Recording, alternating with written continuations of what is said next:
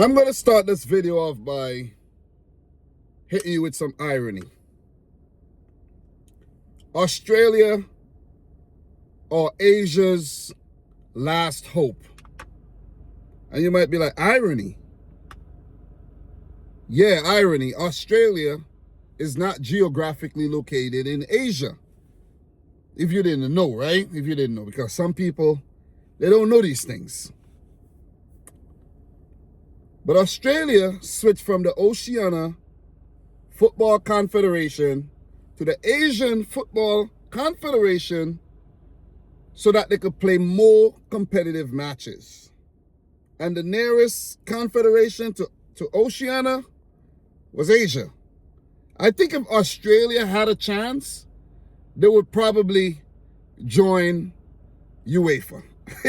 Think about it. They would join UEFA because they'll have a lot more competitive games.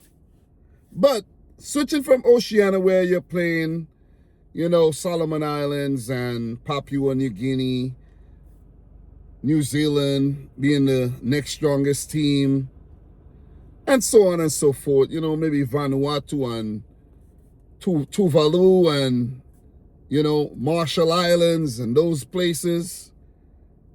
Correct me if I'm wrong. If I'm calling the wrong names, the wrong countries, yeah. But Australia is like, how are we playing against these teams? Like, first of all, that's not fair to them, and that's not going to help us. So they joined the Asian Confederation. Australia first qualified from the Asian Confederation in 2010. I'm looking at the Wikipedia AFC at the World Cup page right now. And in 2006, Australia made it back to the World Cup, but that was from Oceania. They were actually in the middle of making the switch. And ever since the switch to the Asian Confederation, Australia have made it to 5 World Cups, including this one. And in 2010, I'm not going to go through all the, the round of 16 and whatnot. I'm not going to, that's not the point I'm trying to make here. But Australia have done reasonably well for themselves at the World Cup without, getting super, super far. And sometimes Australia, like the only team, one of the only teams who put out a respectable performance for Asia. So, for Asia, their best ever World Cup finish was South Korea back in 2002 when they hosted it, and that was very, very controversial. They did manage to come in 4th.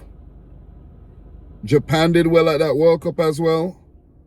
So keep that in mind. But Japan made it to the round of 16 from what I could recall. In 2006, they didn't have anybody making it out the group. 2010, 2 teams made it out the group. 2014, none. 2018, 1. 2022, 3. So they did pretty well in 2023. Pretty damn good. And Australia was one of those teams that performed well at the 2022 World Cup. Did I say 2023? 2022 World Cup, where they gave Argentina a run for their money. But now, for the 2026 World Cup, Australia are Asia's last hope. Because, and the reason I'm talking about this is not to hit you with any history lesson or anything like that, or any geography, geography lessons, but it's because Asia have really sucked at the World Cup so far. 9 Asian teams qualified for the 2026 World Cup. You heard it right, 9. And how many are left in the tournament? 1. A country that's not even geographically located in Asia. And that's Australia, the last hope. Japan. They made it to the round of 32, along with Australia. The only two Asian teams, the AFC Confederation teams, let me say it that way, to make it out the group. South Korea missed out barely by coming third. Saudi Arabia missed out. Iraq missed out. Iran also came in third and missed out. Jordan, Qatar, and Uzbekistan all underwhelmed. Basically made up numbers for the World Cup. That's what the other confederations are going to say. That's what the critics and the naysayers are going to say. How the hell did Asia, the AFC Confederation, get 9 teams at the World Cup? Like, how? How? I'm pretty sure you could have thrown some more quality teams, European teams in there. You know, that's what people would say. You know, that's what people would say. But this is a World Cup, and each confederation has to be properly represented. Australia, let me talk to you, man. Are you going to properly represent the confederation? Are you going to properly represent the confederation?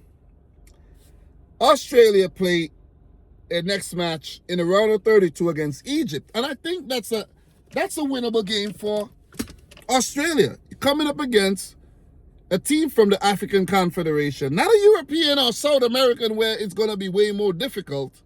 No disrespect to the African Confederation, but they too have struggled at the World Cups, you know, at World Cups. Not this World Cup, but historically at World Cups. This is a winnable game for Australia. But me personally, I did not predict Australia to win this game because after the opening win against Turkey, I've not seen anything from Australia since. They lost to the USA, they picked up a draw against Paraguay, but I have not seen that Australia that I saw against Turkey. Tony Popovich has to get his 11 right. And whoever he puts out there, these guys got to go out there and play out of their skins.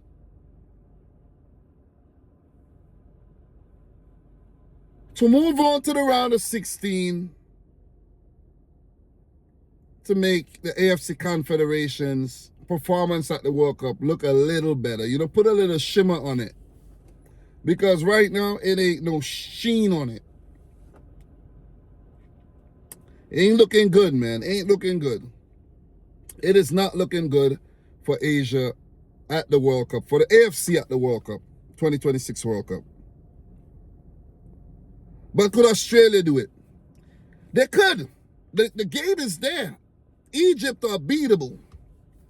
Egypt, if you've watched the games, Egypt are beatable. But they do have some players that could make a difference. Mo Salah, Trezeguet, Omar Mamouche, these guys could make a big difference. Ashore, who scored a brilliant goal. These guys could make a difference. And could Australia deal with that? Could Australia deal with that? You know what I'm saying? Guys, I want you to let me know how you feel about this game. This is not a preview, but this is just, you know, to talk about how terrible the AFC teams have been so far at the World Cup. They showed glimpses, but it's not been good, man. It's not been good. And before I go, let me just run through how many games they've won. South Korea won 1, Qatar none, Australia 1, Japan 1,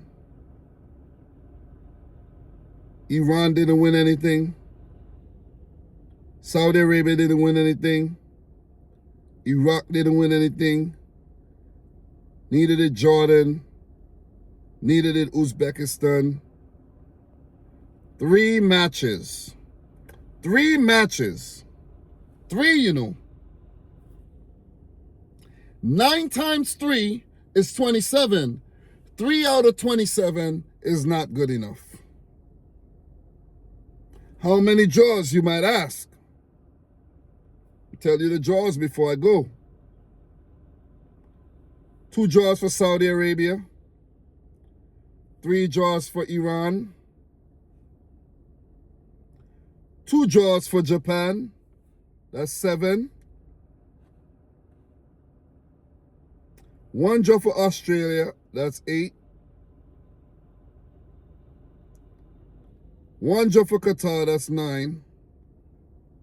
And no draws for South Korea. 9 draws, 3 wins. 9 draws, 3 wins. And 15 losses. Not good enough. Lopsided. Could Australia do it? If Australia does it, that'll be big. That'll be massive. They'll be the only Asian AFC team left in the tournament. And if they do get past Egypt, then they will meet Argentina or Cabo Verde. They could avenge that loss in 2022 against most likely Argentina. But what if Cabo Verde comes through? Then that's a path to the quarterfinal and further for Australia. Guys, let me know your thoughts down below. Subscribe if you like the video if you haven't yet done so. And until my next one, peace out. Rich Squad. Peace.